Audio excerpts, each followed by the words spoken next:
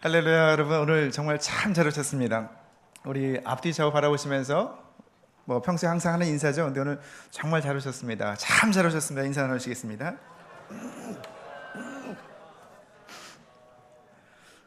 조금 상황이 좀 열악해지는 것도 좋은 것 같아요. 우리가 홍대에서 예배 드리는 것 같기도 하고요. 그리고 광명사거리 나가서 성탄 행사 우리가 나가서 캐롤도 부르고 찬양할 텐데 어떤 예행 연습도 되는 것 같습니다. 어쨌든 우리가 믿음으로 승리했습니다. 그래서 앞뒤 좌우 바라보시면서 할렐루야, 믿음으로 승리했습니다. 인사 나누시겠습니다.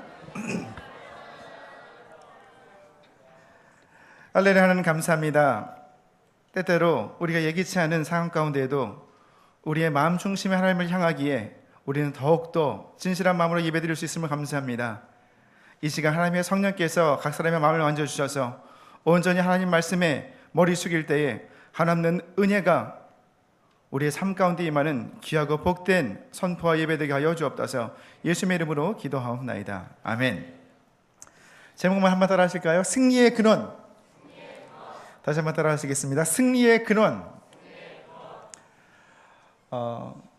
여러분, 제가 지금 소개하는 회사들의 공통점이 무엇인지 한번 생각해 보시기 바랍니다. 이거 자라라고 하나요? 자라라고 하나요? 자라. 또 H&M, 유니클로, 갭. 이 회사들의 공통점이 무엇입니까? 예. 뭐라고요? 안 들립니다. 예. 예. 예. 옷 파는 의류 브랜드 회사라고 다 알고 계시죠? 그런데 옷만 만들어서는 경쟁력을 가질 수가 없습니다. 이 회사들이 사실은 IT 회사들입니다. 인포메이션 테크놀로지. 왜 그렇습니까? 이 회사들의 전략이 뭘까요? 다양한 상품들을 준비해 놓고 어떤 시험 마켓, 테스팅 마켓에서 이 상품들을 하나하나씩 내놓는 겁니다. 그래서 가장 잘 팔리는 상품을 전 세계 이렇게 IT 인력들과 기술력을 바탕으로 해서 전 세계 매장들한테 정보를 제공하고, 그리고 공장에는 오더를 바로 내려서 가장 뜨거운 반응을 보이는 상품들을 전 세계 매장으로 다 이렇게 보냅니다. 그래서 다소 저렴한 가격으로도 많이 팔아서 이윤을 창출하는 박리담의 전략이라고 하죠. 그래서 그런 IT 기술력과 네트워크를 기반으로 해서 승부를 거는 그런 회사들입니다. 그러니까 단순히 어떤 패션 브랜드, 의류 회사들이 아니라 IT 컴퍼니들입니다. 이 회사들은. 그러니까 우리도 마찬가지죠. 우리가 때로는 이렇게 상황이 열악하다 하더라도 우리가 하나님과 커넥션, 이렇게 하나님으로부터 공급받는 말씀의 능력을 공급받고 함께 기도하면서 하나님과의 네트워크가 있고 어떤 서플라이 체인이 우리가 구성이 되어 있으면 전혀 상황은 예배드리는데 방해가 되지는 않습니다. 이스라엘 백성들도 그랬죠. 지난주에 여리고를 무너뜨리러 가는데 이스라엘 백성들이 야훼 하나님의 이름을 들고 가니까 순종하여 말씀 의지해서 들어가니까 여리고성이 무너집니다. 이번에는 아이성입니다. 작은 성이라고 하는데 작은 성이 결코 아닙니다. 만만치 않은 성입니다. 아이성에 들어가다가 실패하고 굉장히 큰 교훈, 승리의 근원이 무엇인지를 뼈저리게 깨닫게 됩니다. 승리의 근원이 무엇인지 정답은 저 여러분이 다 알고 있습니다. 하지만 그 승리의 근원이 무엇인지에 대해서 다시 한번 차근차근 오늘 말씀을 통해서 생각해 보시기를 바랍니다. 이스라엘이 여리고를 무너뜨리고 나서는 다소 자만했던 것 같습니다. 이런 식으로 승리를 거둔다면 여러분 한번 보세요. 어떤 도시, 성읍을 공격하는데 하루에 한 바퀴씩 6일 동안 돌고 7째 날에는 7바퀴를 돌고 소리 한번 지르면 그 도시가 무너져 내립니다. 이거는 전 세계를 정복하는 것은 시간 문제죠. 굉장히 신이 났을 겁니다. 그리고 자만하고 우쭐해졌습니다. 아이성으로 정탐꾼을 여호수아가 보내는데 영적 지도자가 기도하지 않고 하나님의 말씀을 듣지 않고 정탐꾼을 보냅니다. 정탐꾼이 돌아와서 이야기를 하죠. 7장 2절 말씀입니다. 백성을 다 올라가게 하지 말고 2-3천 명만 올라가서 아이를 치게 하소서. 그들은 소수이니 모든 백성을 그리로 보내어 수고롭게 하지 마소서. 이렇게 이야기를 합니다. 하지만 8장 25절, 여호수아 8장 25절을 보면 아이성과 아이성을 무너뜨리는 전투에서 아이성 사람들 숫자를 성인 남녀가 모두 12,000명이라고 기록을 하고 있습니다. 이스라엘 사람들 출애굽한 사람들이 장정이 몇 만이라고요? 성경에는 60만이라고 기록을 합니다. 그리고 여성과 아이들을 합치면 200만. 그러니까 아이성 거민들이 성인 남녀가 12,000이라는 것은 장정이 최소한 6,000명이 되는 거고요. 성읍에 사는 사람들이 2만 명 이상 된다고 추정할 수가 있습니다. 그러면 여리고에 못지않은 굉장히 큰 성입니다. 그런데 승리에 도취되어서 정탐꾼이 아이성에 들어갔다가 이 성 작습니다. 인구 밀도를 보지 못한 거죠. 우리가 한 2,000명, 3,000명이면 충분히 칠 수 있습니다. 고대 그 전투에서 성을 빼앗으려면 수비하는 병력보다 공격하는 병력이 최소한 몇 배 이상 많아야 될까요? 3배입니다. 그러면 장정을 한 6,000명, 7,000명, 한 6,000명 정도를 잡으면 정예 부대가 약 2만 명은 있어야지 성을 향해서 제대로 빼앗는 것이 아니라 공격을 시도할 수가 있습니다. 그런데 2만 명이 아니라 3만 명이 아니라 2,000명, 3,000명 10분의 1로 우쭐해서 그렇게 가장 적은 병력을 보내게 된 것입니다. 여리고를 무너뜨린 다음에 그 승리가 하나님으로부터 왔다는 사실을 잃어버리는 것입니다. 그리고 결정적으로 아간이라는 사람을 통해서 이스라엘에 죄가 들어오고 그것이 이스라엘 모든 지파의 죄가 되어서 이 전쟁에서 승리하지 못하게 된 것입니다. 여호수아는 다시 한번 하나님께 묻지 않고 병력을 3,000을 보냅니다. 그리고 전면전을 벌이죠. 전투는 굉장히 싱겁게 끝이 납니다.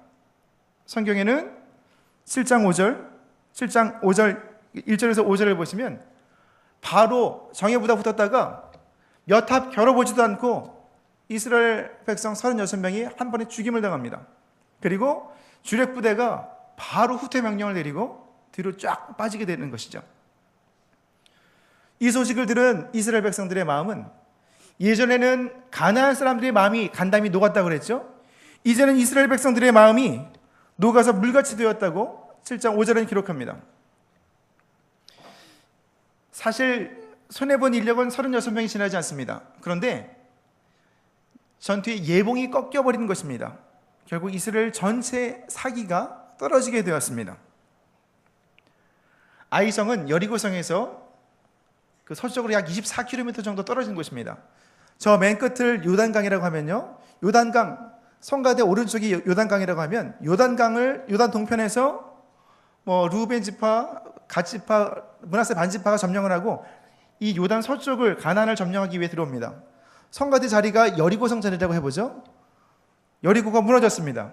성가대 무너진 건 아니고요. 여리고가 무너지고 그 다음에 아이성이 지금 6셀이 있는 이 정도 자리가 됩니다. 약 24km 떨어졌습니다. 오른쪽이 우리 카리스마 찬양팀이랑 우리 사랑부 지체들이 있는 곳이 베델 정도가 됩니다. 이제 이스라엘 백성들이 이 가운데 있는 거예요. 우리 세가족 셀이랑 가운데 있는데 여리고를 완전히 무너뜨려 버렸죠. 그리고 강이 있기 때문에 이제는 돌아갈 수가 없습니다. 아이성 들어갔다가 이번에 패배하고 도망왔습니다. 전쟁은 기선제압이 굉장히 중요하죠. 예봉이 완전히 꺾여버렸기 때문에 이제는 가나안 들어갈 엄두를 못 냅니다. 가나안 아이성 옆에 있는 베델 족속과 모든 족속들이 연합해서 공격을 해오면 뒤에는 강이요, 폐허요. 여기가 또 골짜기입니다. 지금 이 이스라엘 백성들이 있는 곳이 전면전을 벌여오면 200만이 죽음당하는 건 시간 문제입니다. 굉장한 두려움이 이스라엘 공동체에 임하게 되었습니다.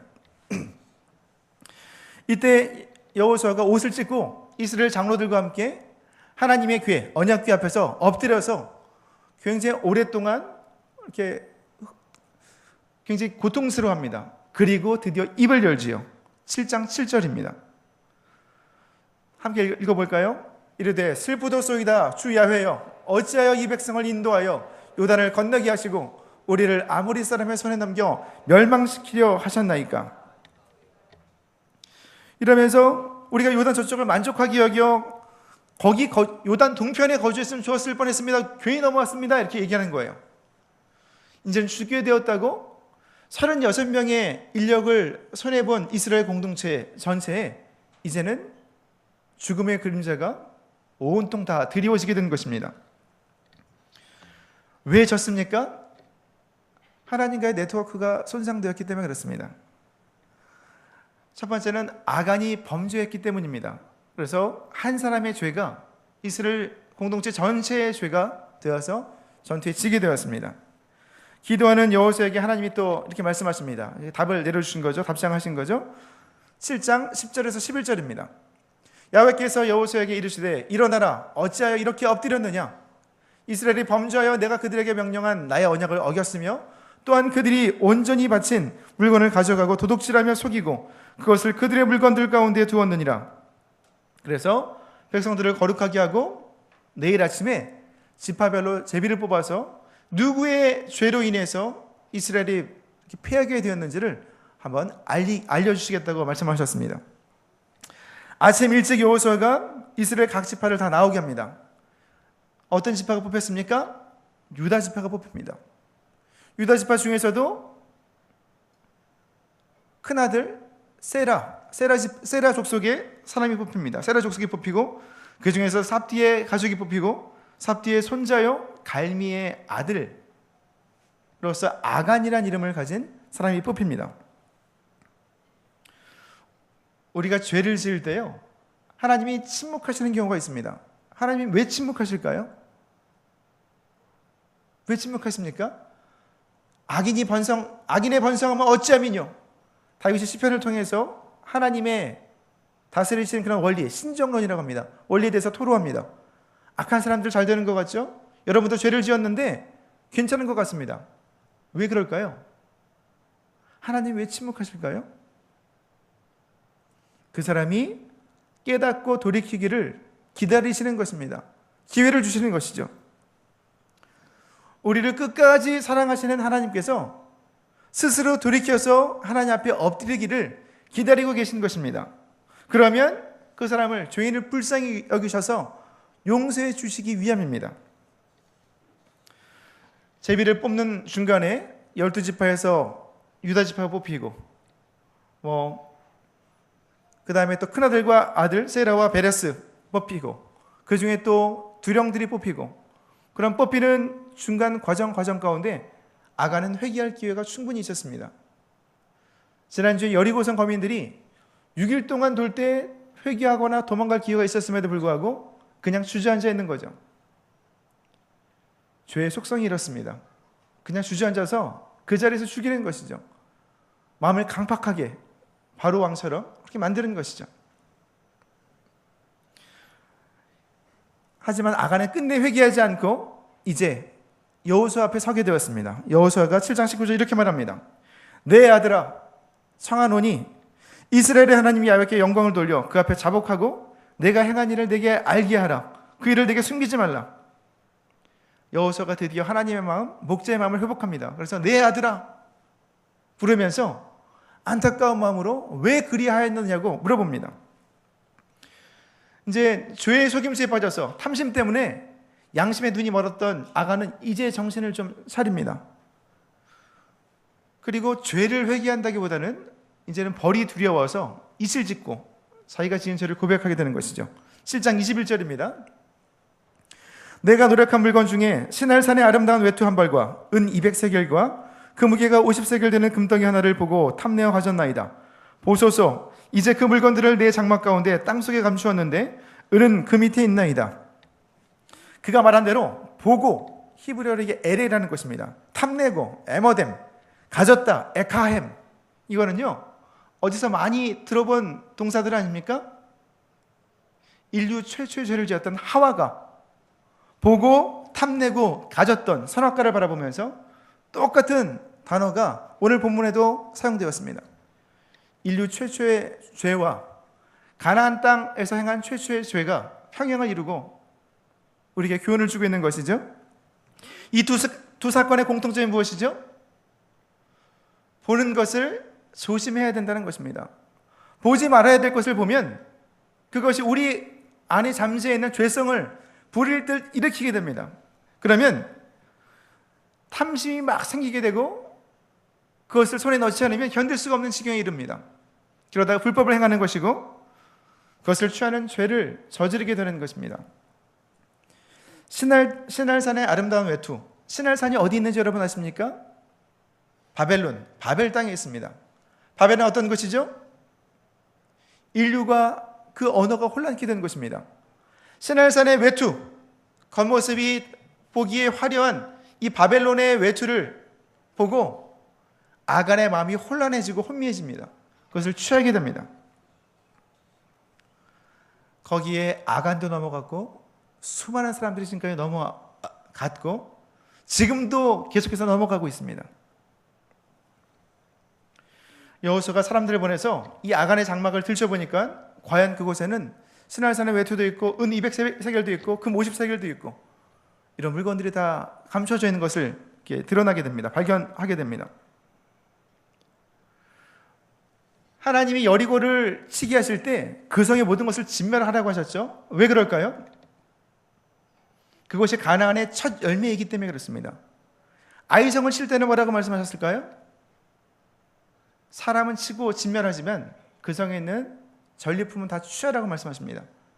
우리가 좀 기다리면 알아서 하나님이 필요를 공급하시는데 아간의 탐심이 이스라엘 전체를 이렇게 몰락하게 만드는 것이죠. 사실 아간의 지파는 어떤 지파입니까? 야곱의 12아들이 있죠. 그 중에서 첫 번째 부인 레아로부터 난 6명의 아들이 있습니다. 첫째가 누굽니까? 루우벤. 루우벤은 야곱에게 저주를 받습니다. 너는 나의 기력의 시작이요 장자로서 내가 탁월하다마는 저주를 왜 받습니까? 라헬의 여종이었던 비라와 통단을 합니다. 나의 침상을 더럽혔으므로 그 저주를 받습니다. 루벤은 장자의 자격을 잃어버립니다. 그 다음에 둘째 셋째가 누굽니까? 시므온과 레위. 이 둘째 셋째도 저주를 받습니다. 왜 그럴까요? 야곱이 세겜 땅에서 베델로 돌아가야 되는데 한번 설교했었죠. 돌아가지 않고 세겜 땅에서 10여 년을 보낼 때 그때 세겜 추장 하몰의 아들 세겜의 일족들을 다 죽여버리죠. 그래서 시므온과 레위가 야곱에게 저주를 받습니다. 이제 넷째 아들 유다가 이스라엘의 장자 권한을 갖게 됩니다. 그래서 북왕국 10지파와 맞대결을 하는 남유다 2지파, 유다와 베냐민 지파 중에서 우두머리가 유다 지파죠. 남왕국의 별명은 유다입니다. 북왕국의 별명은 이스라엘 또는 에브라임입니다. 나중에 한번 이 본문으로 호세아서를 통해서 제가 조금 더 그 자세한 내용을 나누도록 하겠습니다. 가장 유력한 유다 지파에 속한 엘리트 집안의 아간이 지도자가 본을 보여야 되는데 먼저 탐심이 불일 듯 일어서 죄를 짓지요. 북왕국 이스라엘과 남유다가 멸망한 원인도 똑같습니다. 지도자들이 죄를 지어서 이스라엘 공동체가 무너지게 되었던 것입니다. 오늘날도 마찬가지죠. 교회 지도자가 죄를 지으면 그 교회가 무너지게 되고 교인들이 고통을 다 당하게 됩니다. 그런데 마지막까지 회개하지 않았던 아간은 이제 36명의 목숨을 다 잃었고 마지막까지 회개하지 않았기 때문에 하나님의 진멸 선포가 그 가문을 향하게 되어 있습니다. 그래서 모든 가족들이 다 죽임을 당하고 그곳을 아골골짜기라고 불렀습니다. 7장 25절 내용입니다. 아골이란 괴로운 곳, 괴롭다는 뜻입니다. 아골골짝 빈들에도 괴로운 곳에도 가겠다는 이야기죠. 아골골짜기. 그래서 이 아간의 모든 일족들을 진멸하고 이렇게 심판하고 나서 비로소 하나님께서 여호수아에게 아이성을 향한 명령을 주십니다. 8장 1절 두려워하지 말라 놀라지 말라. 이제 되었다는 것이죠. 이제 다시 전진할 수 있습니다. 하나님께서 여러분 기도하시는 거 응답 안 하시면 첫 번째 하나님 앞에서 여러분의 모습을 돌아보시기 바랍니다. 두 번째 여러분 모습을 돌아봐서 큰 잘못이 없다면 하나님의 때를 기다리면 되는 것입니다. 이제 하나님의 말씀이 임합니다.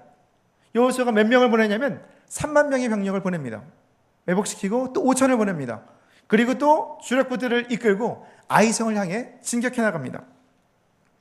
아이성의 왕이 지난번 한번 승리를 거뒀죠. 이제는 모든 병력을 다 데리고 옵니다. 그리고 17절을 보면 8장 17절을 보면 사실 아이성은요, 아까 여기가 아이성이었죠. 아이성은 큰 성이긴 하지만 베델과 다른 가나안의 지임로에 있는 어떤 보호막과 같은 요새입니다. 옆에 있는 8장 17절에서 베델 왕이 같이 군대를 끌고 왔다고 합니다. 베델은 아이보다 훨씬 큰 성읍입니다. 그러니까 아이성의 왕과 또 베델의 모든 그 군대가 이제 이스라엘 주력 부대를 치러 나옵니다. 그때 거짓으로 패하는 척하다가 매복했던 3만 5천이 합세를 해서 아이와 베델을 완전히 무찔러서 쳐서 없앱니다. 근데 여호수아가 그들을 완전히 진멸할 때까지 단창 든 이것을 거두지 않았다고, 이걸 내려놓지 않았습니다. 누구한테 배운 걸까요? 홍해 건널 때 모세가 손을 들었습니다. 그리고 맨 처음 가나안 족속 아말렉을 만날 때 손을 들고 아론과 훌이 손을 같이 붙잡아줘서 그때 전투에서 승리를 거두었죠. 여호수아가 그래서 이 아이성 전투에서 승리를 거둘 때까지 단창을 든 손을 내리지 않았습니다. 그리고 대승을 거두고 이번에는 하나님의 말씀대로 전리품을 취합니다. 그것이 8장 27절에 있는 내용입니다. 수많은 성서학자들이 또 설교자들이 여리고성과 아이성 전투를 비교합니다.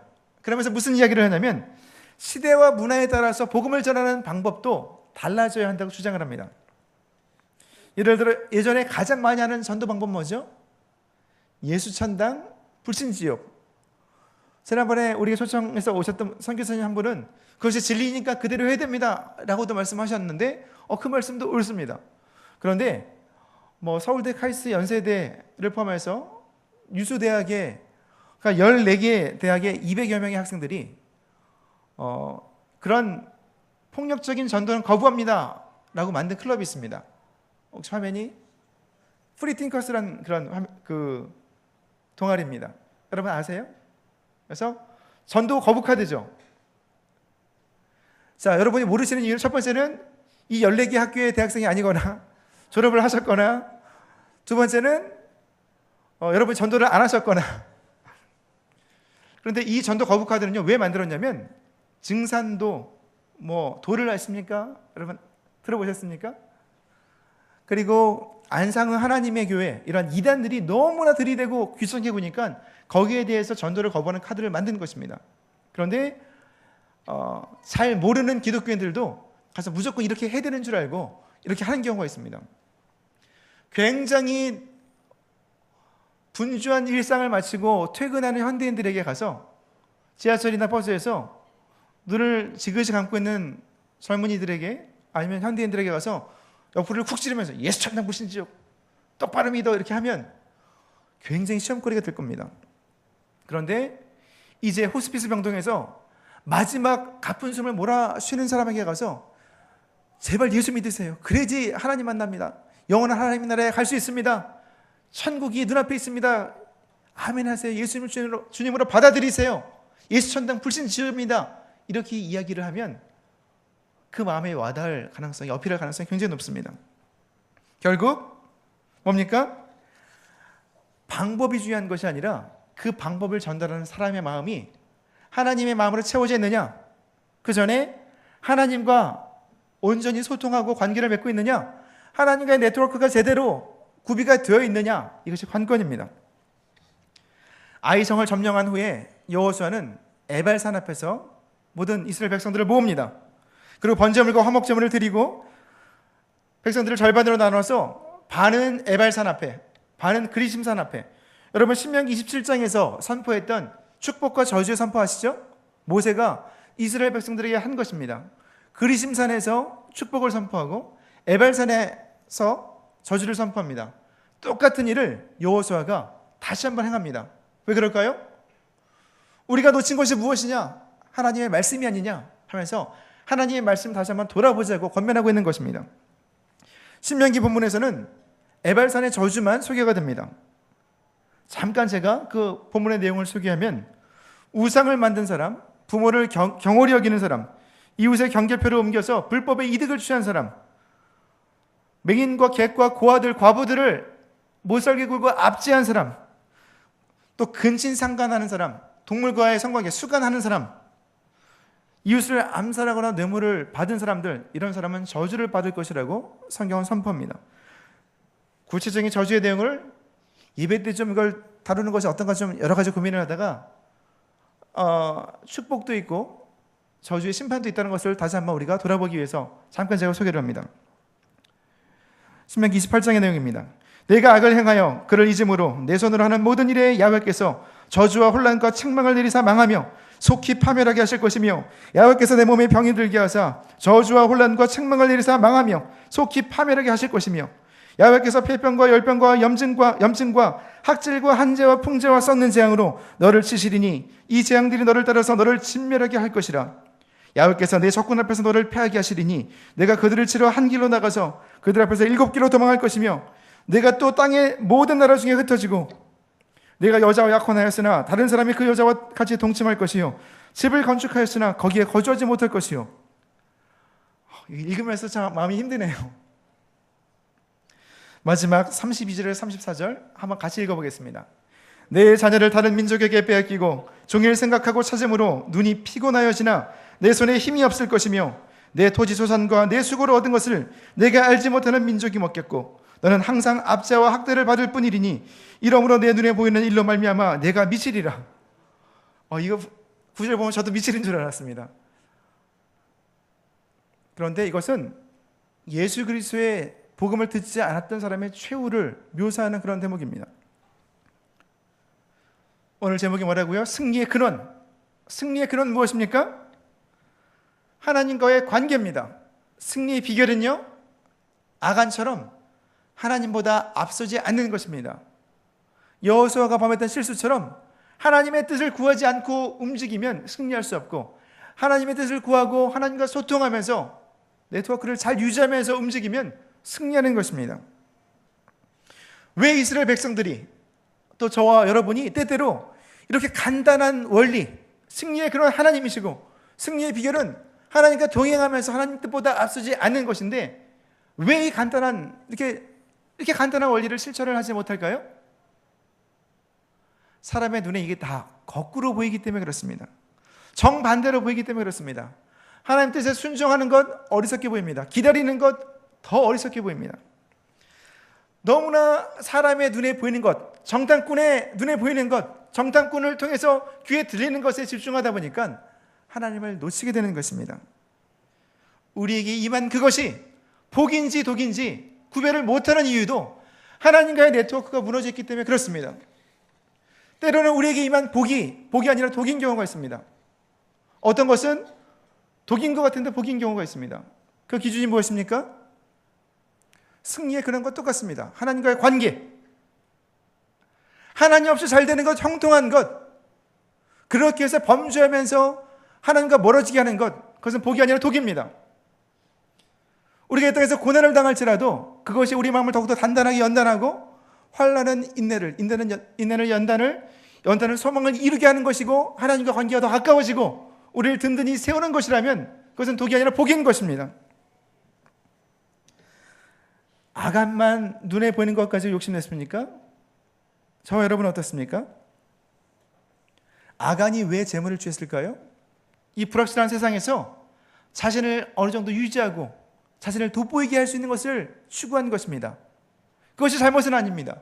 그런데 하나님 없이 자신의 힘으로 그것을 추구하기 위해서 하나님의 명령을 거역했다는 것이 가장 큰 문제가 됩니다.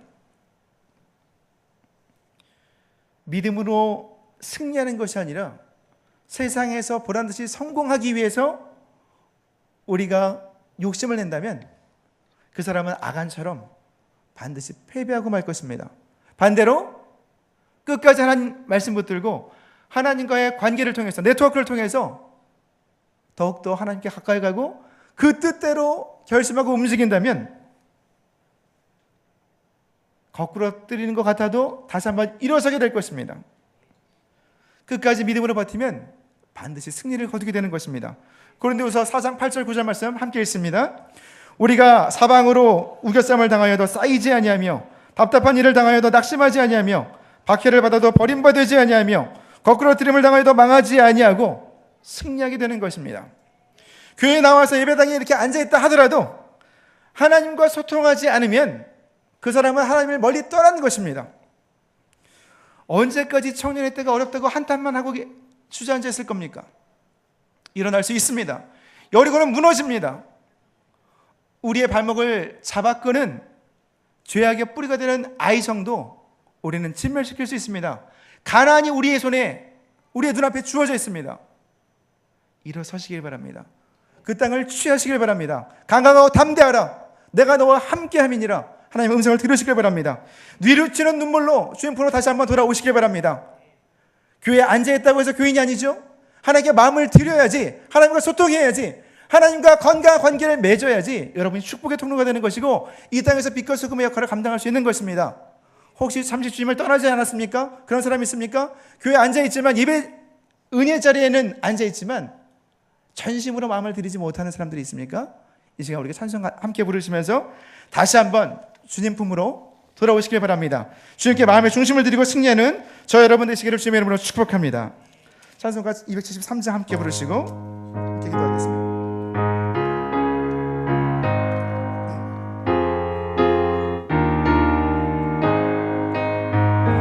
나 주를 멀리 떠났다 이제 옵니다. 나 죄의 길에 시달려 주여 옵니다. 나 이제 왔으니 내 집을 찾아 주여 나를 받으사 맞아주소서. 그 귀한 세월 보내고 이제 옵니다. 나는 묻히는 눈물로 주여 옵니다. 나 이제 왔으니 내 집을 찾아 주여 나를 받으사 맞아주소서. 나 죄에 매여 고달파 이제 옵니다. 그 큰 사랑 받고자 주여 옵니다. 나 이제 왔으니 내 집을 찾아 주여 나를 받으사 맞아주소서. 이 병든 마음을 고치려 이제 옵니다. 그 이름과 소망 바라고 주여 옵니다. 나 이제 왔으니 내 집을 찾아 주여 나를 받으사 맞아주소. 나 바랄 것이 무언가, 나 바랄 것이 무언가, 우리 주 예수 날 위해 주님 당하시 믿고 옵니다. 나 이제 왔으니 나 이제 왔으니 내 집을 찾아 주여 나를 받으사 맞아주소서. 나 이제 왔으니 나 이제 왔으니 내 집을 찾아 주여 나를 받으사 맞아주소서. 나 이제 왔으니 아버지여 나 이제 왔으니 내 집을 찾아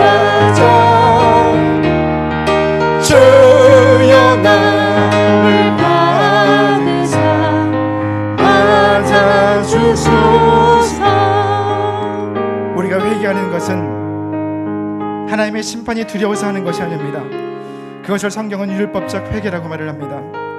그것은 우리의 행위를 통해서 구원을 얻는 다른 복음이요 거짓 복음에 기반한 것입니다. 우리가 회개하고 하나님께로 돌이키는 이유는 두 팔을 벌리시고 우리를 기다리고 계시는 아버지 하나님의 사랑을 예수 그리스도의 십자가 대속을 통해서 성령의 깨우치심을 통해서 죄에 대한 민감성을 가지고 다시 한번 돌이키는 것입니다. 그것을 우리는 복음적 회개라고 말합니다. 주여 시간 돌이키게 하여 주옵소서. 여리고를 바라보며 무너지지 않도록 인도하여 주옵소서.